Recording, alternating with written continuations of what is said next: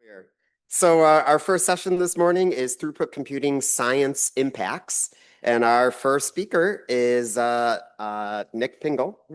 And take it away. All right, thank you so much for this wonderful introduction, and thank you for inviting me to speak at this conference. I'm very excited to show off some of the science results of our radio astronomy survey, which we've used CHTC not only to process the data, but also do some scientific analysis with. And before I begin, I just want to note that the funding for this project came from a grant entitled the Transformative Survey of the Local Group Galaxies with the Karl, Jansky Very Large Array and HTCondor. And this was funded through the Office of the Vice Chancellor for Research and Graduate Education's Research Forward Initiative. So a very special thanks to that office for funding this project. And the members of that proposal were my supervisor, Snezana Simirovic, Professor Wilcox Gallagher, and Dr. Brian Bockelman, Professor Livny, and Professor Singh from the Computer Science Department. So thank you for everyone involved in that. So as I said, we are going to be talking about radio astronomy today. And the research of radio astronomers focuses on light that's emitted in the radio regime. So this is often not considered by most of us, since most of the beautiful pictures we see from astronomy come from visible light. And in fact, here, what I'm showing is a nebula called W50, or the Manatee Nebula, and it is shown in visible light. There's not much there. But when we go to the radio regime, we see all of this beautiful, beautiful structure that's invisible to us with our naked eye. So when we go outside of wavelengths of around 350 to 750 nanometers, the universe springs to life, and we are able to capture structures and then really get down to the physics that's causing all of these beautiful phenomena that we see in the radio regime. So how do we observe radio waves? It's much like an optical telescope. Here, imagine if we have a faraway galaxy, the light that's emitted in the radio comes down and makes it down to our radio telescope, bounces off the primary reflector and into our receivers. And from there, the signal gets decoded into something that's digital. So what we get is a one-dimensional spectrum if we're just looking at one direction on the sky. And this one-dimensional spectrum tells us a lot about the objects that we're interested in. For example, the amplitude of the spectrum tells us how much material that we're seeing. And the location in frequency relative to a rest frequency around 1420 megahertz tells us how far away the galaxy is, and also the velocity of the gas that's moving. Because we know that the speed of light is constant, we can associate a frequency that it's being emitted to a velocity of the gas. It's either moving towards us or away from us. And really, just pointing a radio telescope in one direction, that's not too computationally difficult to do. But the objects that we're interested in are generally much, much bigger than the field of view of a single telescope. So we must move our telescope into different spatial directions. And as we do this, we can build up a two-dimensional picture of the object that we're interested in on the sky. But we also have a third dimension that we have information to, and that is the velocity of the material that's either moving towards us or away from us on Earth. So in essence, the fundamental data product of radio astronomers, what we're trying to use CHTC to build and analyze, is what radio astronomers call a data cube. So it allows us to get a two-dimensional image of an object. In this case, it would be a galaxy. And then we also have information about the kinematics of the gas moving towards and away from us along a third axis, a frequency or a spectral axis. And I just want to show an example of this. I think it's a beautiful image. So here I'm showing, again, the 2D spatial distribution of a galaxy on the sky.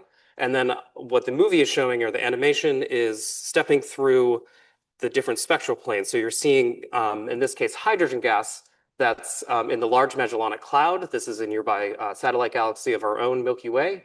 And you're seeing the structure and the kinematics of the gas as we move along that third spectral axis. And I'm showing you, this is a companion survey to the survey that I'll be talking about today. It's based in the Southern Hemisphere. And the reason that we wanted to use our telescope, the Very Large Array, is because we are filling in the gaps in the Northern Hemisphere. So this particular galaxy is only visible from the Southern Hemisphere. So we designed a survey that we call the Local Group L-band Survey, or LGLBS. It's a lot of an acronym, but it captures everything that we want in its name. So basically, this is an extra large VLA project. So the Very Large Array is a radio telescope that consists of 27 antennas in the deserts of New Mexico. And we observed 1,700 hours to be able to get down to the sensitivities that we needed. And in particular, we are interested in observing what we call neutral hydrogen, or H1. This is basically hydrogen gas with an electron attached to it. And I'll talk a little bit about the emission mechanism in a few slides. But we are specifically targeting 6 local group galaxies. So local group being galaxies that are very nearby in astronomical terms to our own Milky Way. And the unique aspect of this survey is that we combine all VLA configurations. So the VLA antennas can be moved around. So if you move the antennas more closely in together, you're more sensitive to larger scale structures. But you lose the angular resolution that you need to really investigate things on small scales, especially galaxies that are far away. If you move the VLA to larger extents, you get higher angular resolution. And so we were able to convince the time allocation committee that would be a good idea to use all configurations of the VLA. But this presents an immensely computational challenge because the original VLA configuration has 27 antennas, but when we use all 4, you're getting upwards of 127 antennas. So not only do you have to map out the structure of the galaxy, but you also have to correlate all the signals between your antennas, account for the geometric delays of the signal passing through the array. So the signal arrives at one antenna and then arrives later at subsequent antennas. So we need to take care of all of this. And this really has never been done before with a very large array. So this is why we needed CHTC and its computational resources to handle the processing of these data. And the reason that we wanted to capture these specific 6 local group galaxies is because they occupy a very unique space in terms of astrophysical environments. So this is just an example showing the star formation rate, or how quickly the rate at which galaxies are forming stars. The contours are field galaxies, so these are galaxies that are not nearby the Milky Way. But we can see that these galaxies that we've chosen in black points span a large parameter space in both star formation rates and the mass of the stars that exist in these galaxies. So we're getting a lot of information that are analogous to very far away galaxies by looking at galaxies, a specific set of galaxies that are very close to us. So this is why we targeted these specific sources. And we also designed the survey. Like I said, we combine all VLA configurations to achieve 15 parsec physical scales. This is about, in light years, maybe 30 light years. I always, as an astronomer, I always think in terms of parsecs, not light years. But it is a physical length scale, and it's very, very, very resolved. So this is approaching scales at which stars begin to form. And the unique aspect of LGLBS is that by combining all the VLA configurations, we are doing better with this survey than any other survey that has been undertaken, even those that are being done on the latest radio telescopes, including Meerkat down in South Africa. So by using the VLA, we get a great compromise between sensitivity, which is on the y-axis, and then angular resolution on the x-axis. And the only survey that beats us is a survey that's being done with the ASCAP telescope. And this is only because the LMC and LMC, these galaxies are our very closest neighbors. So this is the only reason that these galaxies have slightly better sensitivity and angular resolution. I think the most key point for the people that are here are most interested is how much data are we processing? Well, between the 6 different galaxies that we have, we are processing 1 terabyte to 25 terabytes worth of data per source. And this is just coming from the fact that we have a lot of antennas to deal with. So the great thing about radio astronomy is that the directed acyclic graph, or DAG approach that I'm sure many of you are familiar with is great for radio astronomy, because we don't need to, in our pre-processing steps and our processing steps, it's not iterative. We don't need to go back to a previous step. So once we perform some of our processing steps, we don't have to go back, and it's just a linear process all the way through. And so CHTC was great because I could set up a DAG, and it's really end to end. So we calibrated all of our data on a supercomputer in Canada, but starting at CHTC, we were able to transfer all the calibrated data down to here using a Globus connection, and it's completely end to end. So we take our data in, we're able to do our pre-processing steps where we select the science data that's relevant to us, We are able to transform everything into the same spectral axis, make sure everything can be combined together very nicely. We subtract some erroneous data that we don't need. We call this continuum. This messes with our images, so we deal with that all in the DAG and automatically. We combine everything into the data products that we're going to image. And then finally, as I was saying before, we're constructing this 3D data product, this data cube. But the great thing about this process is that all of the channels, all of the signals are independent. So it's highly parallelizable. So we can process each channel independently. So this speeds up our processing for these data products. Generally, a single channel to get a usable science quality image would take about 36 hours each. And so if we were processing it serially, which has been done in the past, this would take upwards of 150 days to process. But we can do it in a week with CHTC. A quick question. Yeah. The transfer of the data from Canada, you move it here to Madison, That's right. and that is done by hand? No, it's done automated jobs, CHTC jobs using a Globus connection. Yeah, so I would like to have a discussion of can we automate it and make it part of the DAG?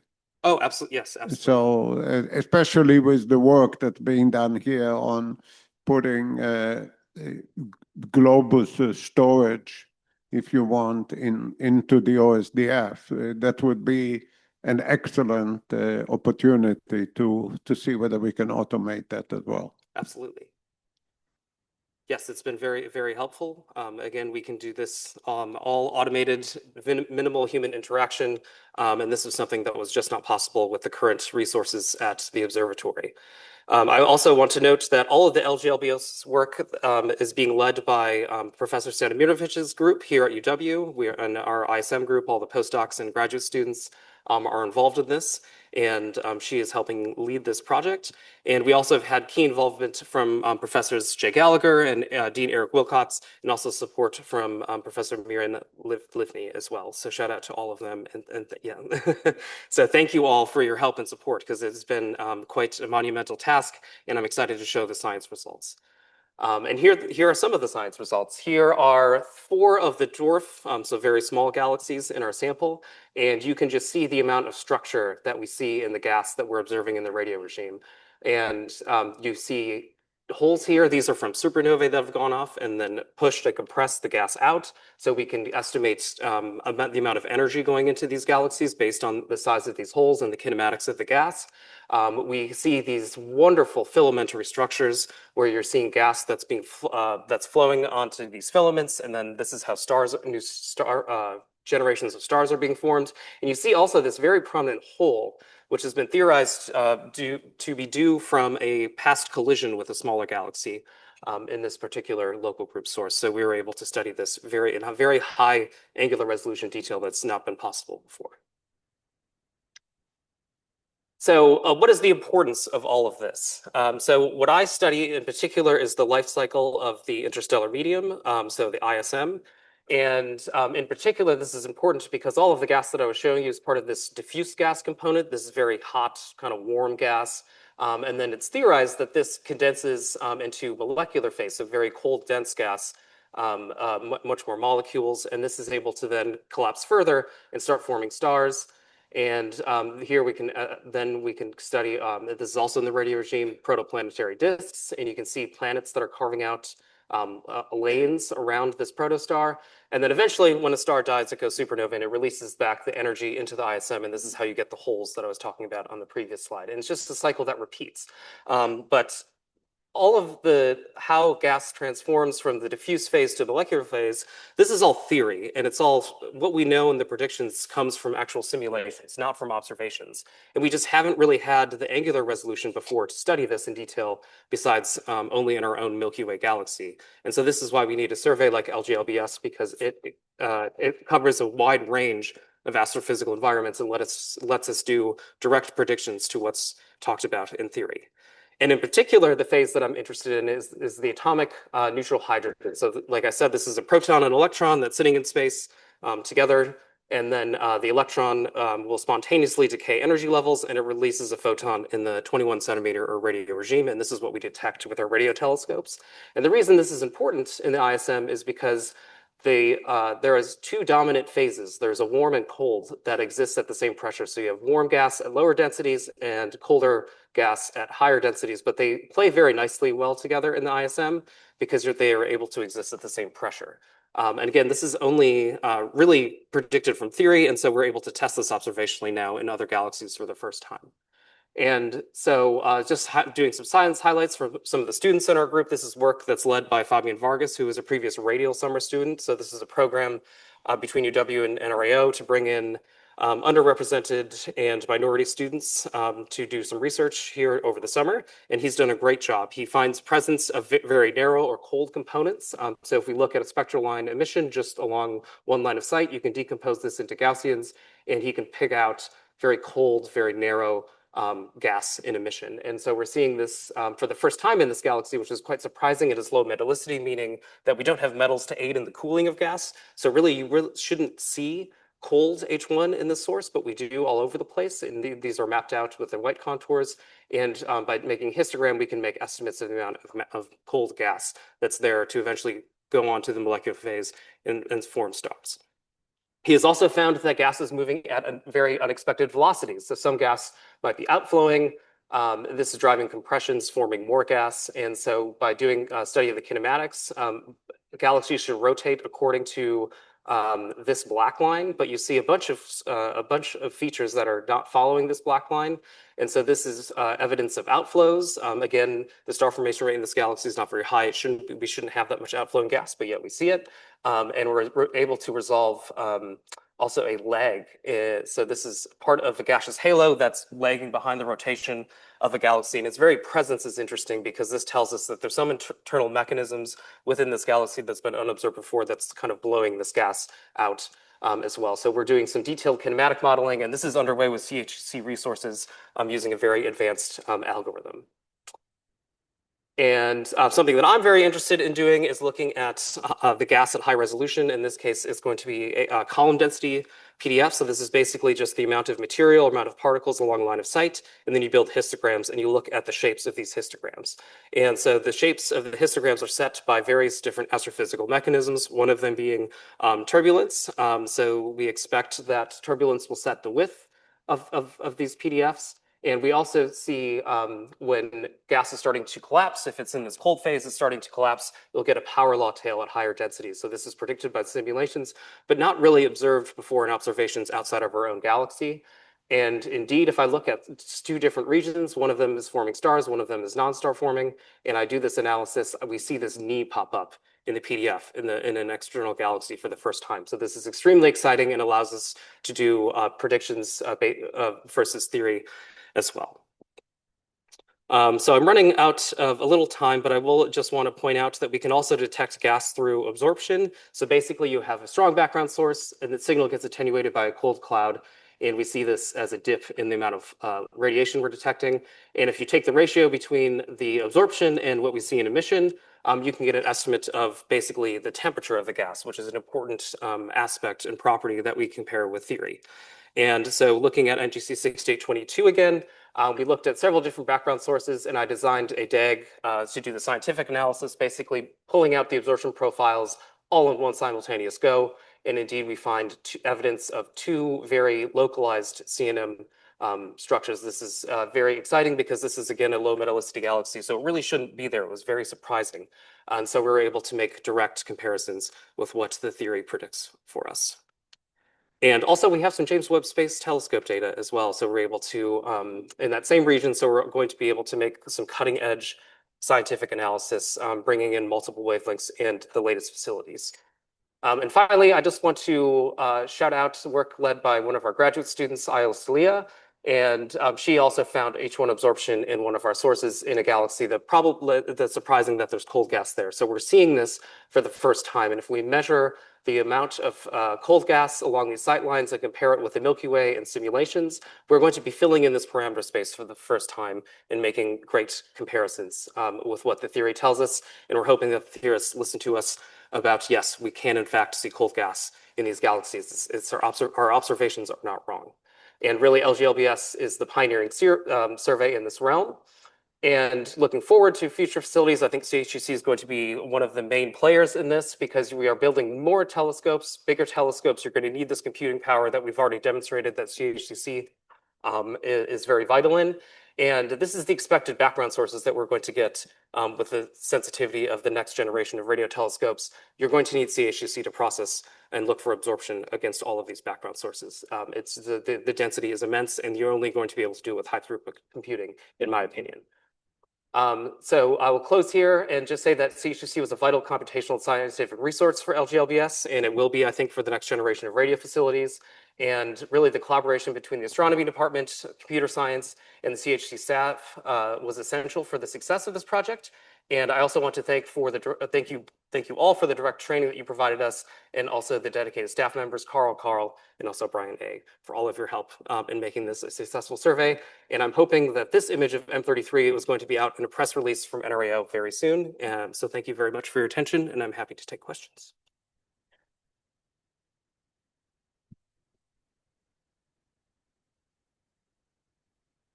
Was fantastic. Do we have questions? So one quick question request. Anything we can do better, different in DAG land that will make your life easier, what have you, that you can generate more beautiful pictures? I think really it's just a hardware issue. So if we had some more memory, it would be, we were able to process. So you feel that you are memory limited? Yes, especially when we're dealing with not so much the spectral line where we can farm out the computing to individual channels, but when we're dealing with continuum, so this is when we're summing all of the data along the spectral axis, we really need high memory to fit everything. So how high is high? Probably about half a terabyte. How many? 500 gigabytes or so. Okay, so we should have a discussion because we definitely hear on the CHTC side more and more pressure for large memory. That goes all the way back to what Eric Wright pointed out. So yes, we know that we are memory limited. So how can we address it? Well, so please, yeah. Anything else on the DAG management itself? I understand it's a resource thing, but are there primitives in DAGman or related that would make your life easier, simpler, and more enjoyable? Maybe some specific, I don't want to say error messages because I feel like mine are very unique because we're using third-party software. But certainly logging would be good. And I'll talk to you offline. So I want to make sure that we maintain an effective channel and that you feel comfortable to provide whatever wishes or complaints upstream and make sure that we address them. Yep, absolutely. And I'll be optimistic and say wish list, not a complaint list. But okay, thank you. Thank you. We have time for one more quick question. Yeah, thank you for a great talk. I know there are new telescopes coming online, and you said they require more computing. I was wondering if you could put maybe even like to an order of magnitude finer point on that. Is it 2x? Is it 10x? Is it 1,000,000x? So I think I did this calculation. As much as you've got? Yeah, I did this calculation yesterday. Currently, we are processing 30,000. No, I'm sorry, 8,000 different like antenna pairs. And with the new telescopes coming online, that's going to ramp up to about 80,000. So it's almost an order of magnitude. It's an order of magnitude increase, which I think is possible because we're not using a lot of CHTC resources to do this. But I think we're certainly memory limited at this point. Great. Thank you very much, Nick. Thank you. Thank you.